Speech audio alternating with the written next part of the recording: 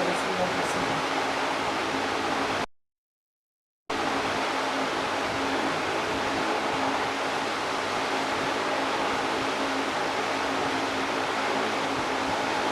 آج جو تصوف کے اندر جو چیز چنی گئی، تصوف میں جو عنوان چنا گیا وہ تصوف ہی ہے. تصوف کا عنوان خود تصوف نہیں ہے. سب میں اول یہ ہے کہ تصوف سے تعارف ہونا چاہیے. تصوف ہے کہ اس کا ہم کہہ رہے ہیں کہ ہم اہل طریقت ہو کر تصوف میں آ گئے اور تصوف سے واقفت ہونا.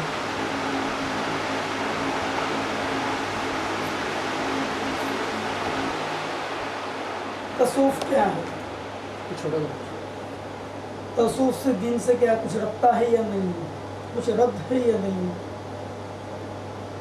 کہ یہ بھی کہیں باہر سے آئی ہوئی چیز ہے؟ تصوف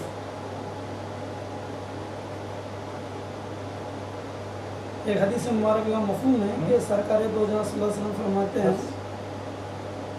احسان یہ ہے کہ بندہ اپنے رب کی ایسی عبادت کرے گویا کہ وہ اسے دیکھ رہا ہے. اگر اس طرح نہیں ہو سکتا تو یوں یعنی خیال کریں کہ اللہ اسے دیکھ رہا ہے. اب یہی تصوف کی بنا بنی ہے. یہی حدیث مبارکہ بھی ہے اور یہ تصوف کے اندر راہ بھی بنی کہ بھئی اسی سے کہ مراقبے سے مشاہدے کی طرف راغب ہونا، مراقبے سے مشاہدے کی طرف راغب ہونا، یعنی دیدار خداوند قدوس میں کس طرح سے ترقی کر کر اس بنائی کے اندر نور پیدا ہو جائے جس سے ہم اللہ تبارک و تعالیٰ کا دیدار کر سکیں. تصوف کے معنی ہوتے ہیں صوف سے بنا ہے. تصوف کس سے بنا؟ لفظ صوف سے تصوف بنا ہے. صوف کے معنی اون کے، گرمیوں پہنتے نا اون سمجھتے ہیں نا، سوٹر وغیرہ پہنتے اون، تو لفظ صوف سے بنا تصوف، اسی سے مشتق ہو گیا.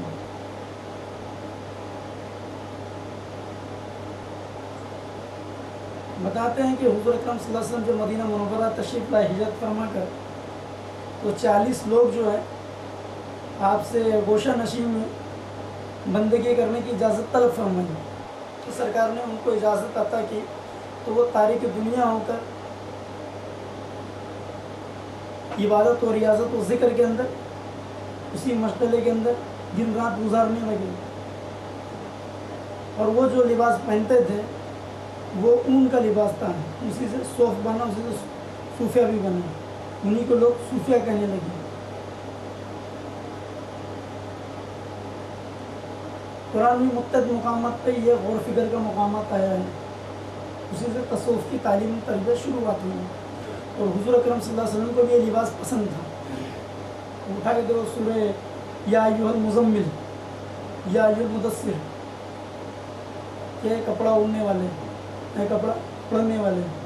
یا ایھا المدثر کے معنی بھی وہی، یا ایھا المزمل کے معنی بھی وہی، کپڑا اوڑھنے والے، کپڑا اوڑھنے کے تذکرے کے اوپر، یعنی اس طرح سے صوف کا پسند تھا آپ کو. اور اس دور کے اندر بولتے کچھ جو ہے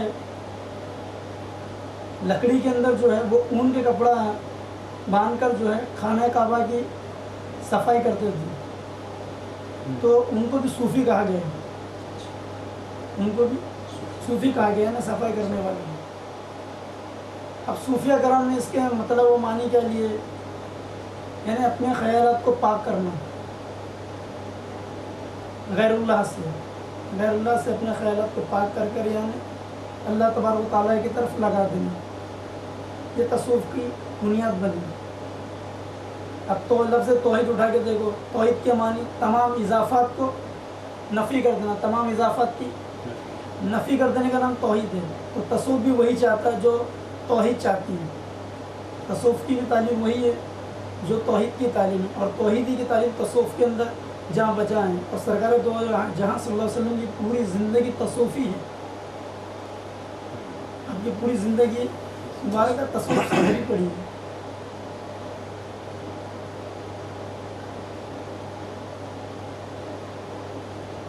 اب جس طرح سے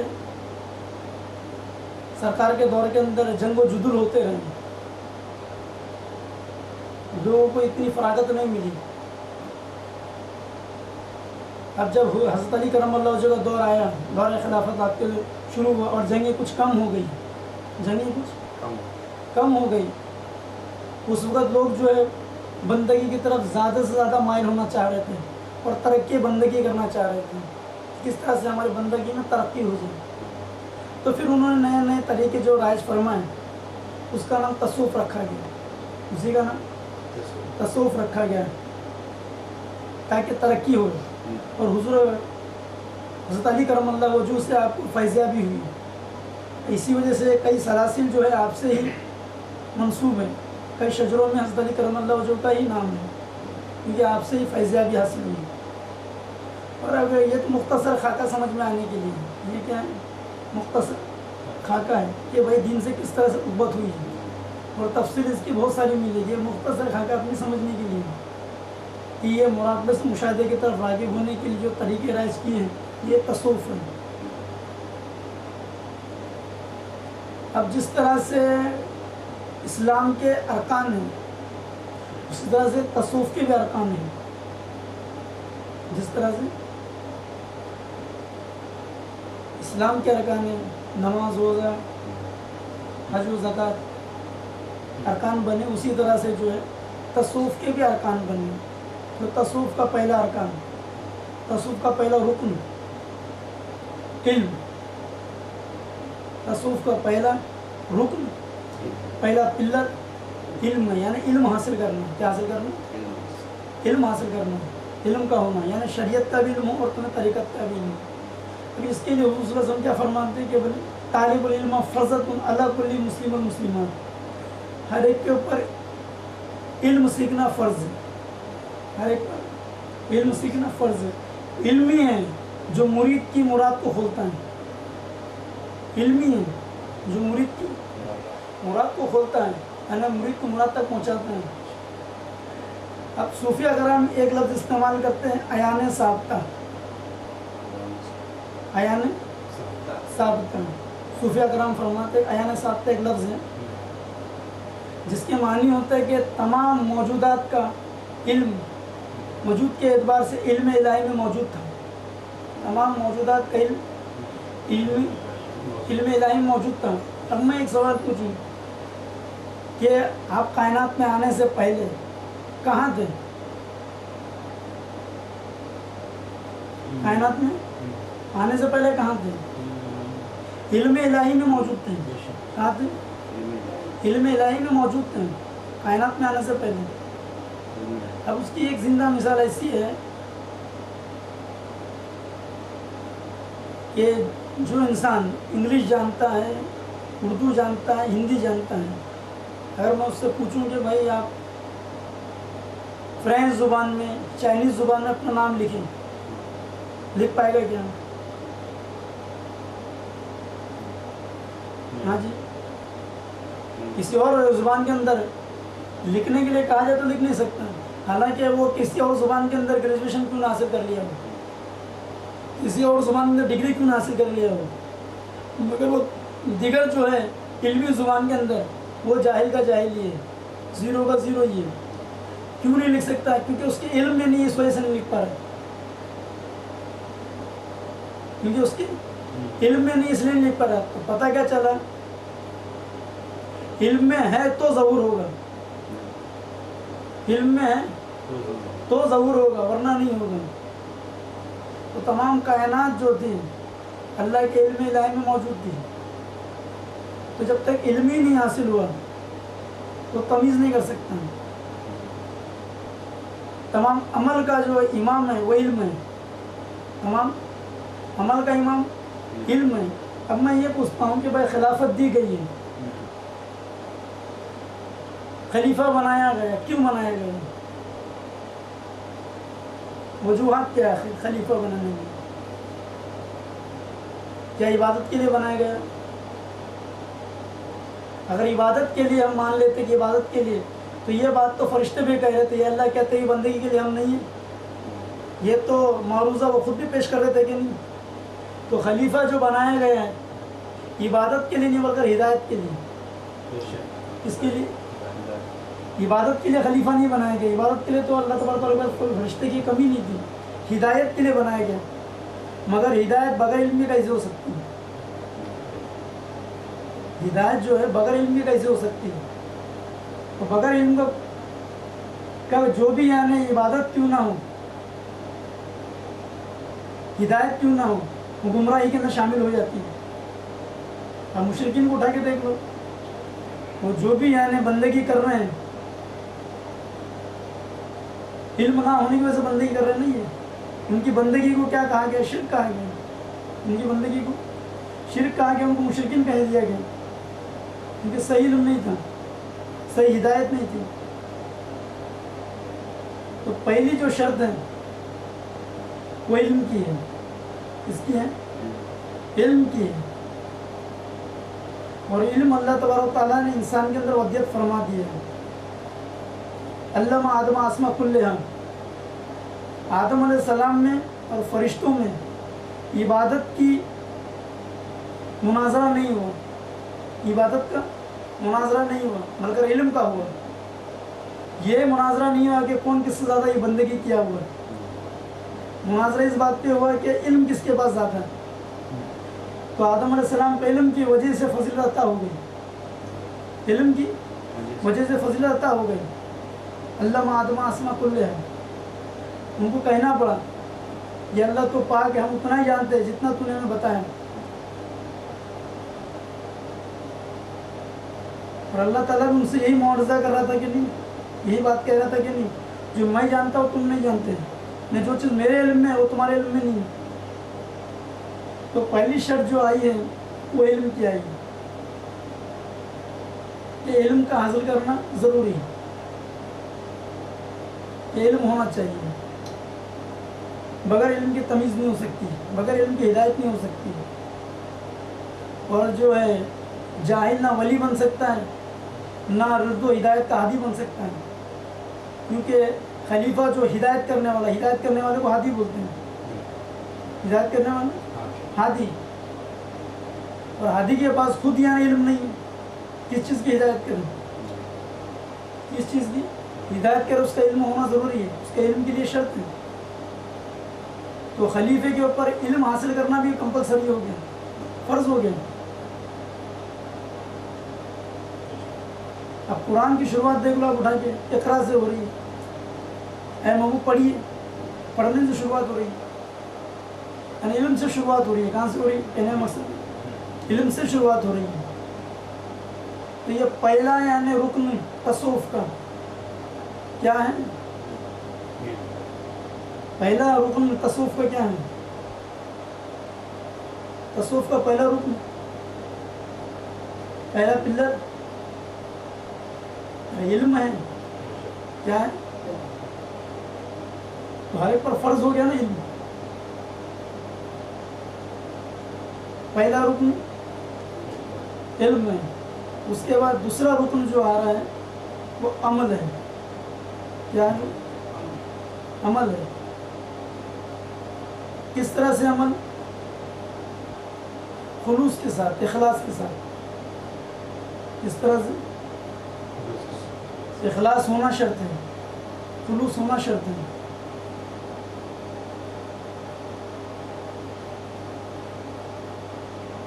خلوص نہیں ہے جس عمل کے اندر وہ مقبول نہیں ہو سکتا. پہلی منزل رکھ گئی, پہلا رکن رکھا گیا علم, دوسری جو رکن رکھا گیا عمل. عمل جو ہے مقتدی ہے, عمل جو ہے مقتدی ہے کس کا؟ تو علم امام ہوا, علم امام ہوا تو عمل اس کا مقتدی ہوا, عمل اس کا مقتدی بن گیا. اور جو علم اور جو عمل ہمیں نفع نہیں دے سکتا وہ کسی اور کو نہیں دے سکتا. پہلے یہ جانچ لیں ہم کہ وہ علم ہمیں یعنی فائدہ پہنچا رہا ہے کہ نہیں پہنچا رہا ہے, وہ عمل ہمیں فائدہ پہنچا رہا ہے یا نہیں پہنچا رہا ہے. جو علم و عمل ہمیں فائدہ نہیں پہنچا سکتا, ہمیں نفع نہیں پہنچا سکتا, تو دوسروں کو بھی نہیں پہنچا سکتا. اور جو علم بارگاہ خدا بندے قدوس تک نہ پہنچائے اس علم سے بڑا حجاب کوئی نہیں، وہ علم سے بڑا حجاب کوئی نہیں. تو عمل ہی ہے جو راہ طلب میں مطلوب تک پہنچاتے ہیں. عمل ہی ہے. اور علم میں تو ہیں آپ کی بات، عمل میں نہ ہے. علم میں تو بہت ہے آپ کا، علم کے اندر آپ نے خاکے بنا لیے. علم میں تو تمام خاکے، جس طرح اللہ تعالیٰ نے علم کے اندر خاکے بنا دیا، مگر وہ عمل میں نہ لائے تو فقط وہ خاکے رہ جائیں گے. فقط وہ خاکے رہ جائیں گے. تو عمل کی بھی ضرورت پڑی. کس کی ضرورت پڑی؟ عمل کی بھی ضرورت ہے. علم کے ساتھ عمل کی ضرورت اشد ضرورت ہوگی. تو یہ تصوف کا دوسرا یعنی رکن ہے، دوسرا پلر ہے. کیا چیز؟ عمل ہو، لیکن اخلاص کے ساتھ، خلوص کے ساتھ، تب جا کے مطلوب تک پہنچائے گا، ورنہ نہیں ہوگا. عمل سے مراد شکر لیتے ہیں. شکر کے معنی عمل. جو بھی تعلیم و تلقین کی جا رہی ہے اس پر عمل کیا جائے، اس پر عمل کیا جائے. کسی نے ایک شخص سے آگے پوچھتا ہے، یعنی بزرگ تھے، وہ بزرگ بیٹھے ہوئے تھے اپنے حجرے میں، ایک شخص آگے پوچھتا ہے شریعت کیا ہے؟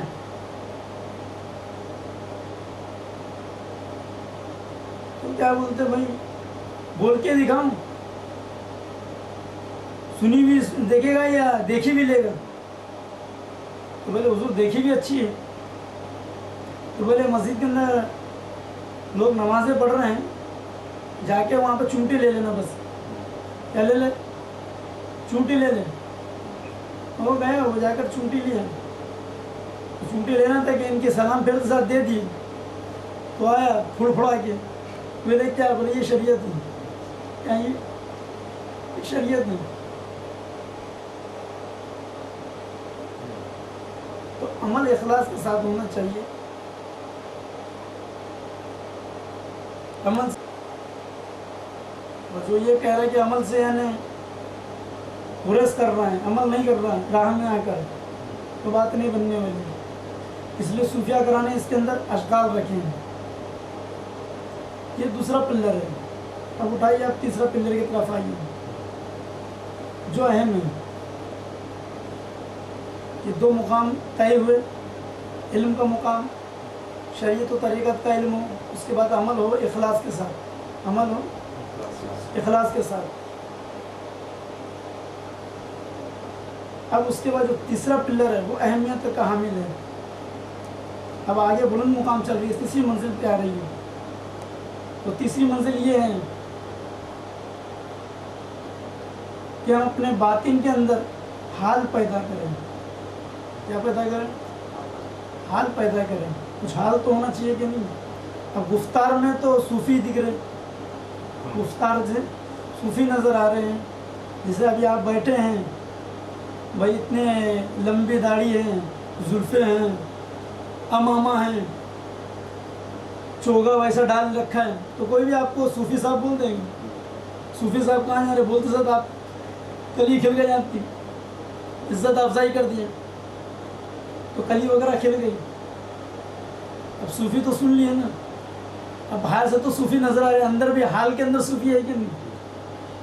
کیا بے حال صوفی ہے؟ حال والا صوفی ہونا یا بے حال ہونا؟ نہ کچھ کیفیت صوفی آنا ہے یا نہیں ہے؟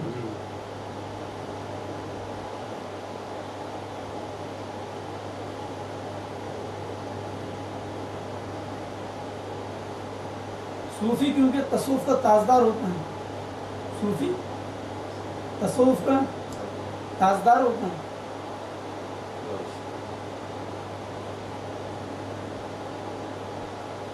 پوری دنیا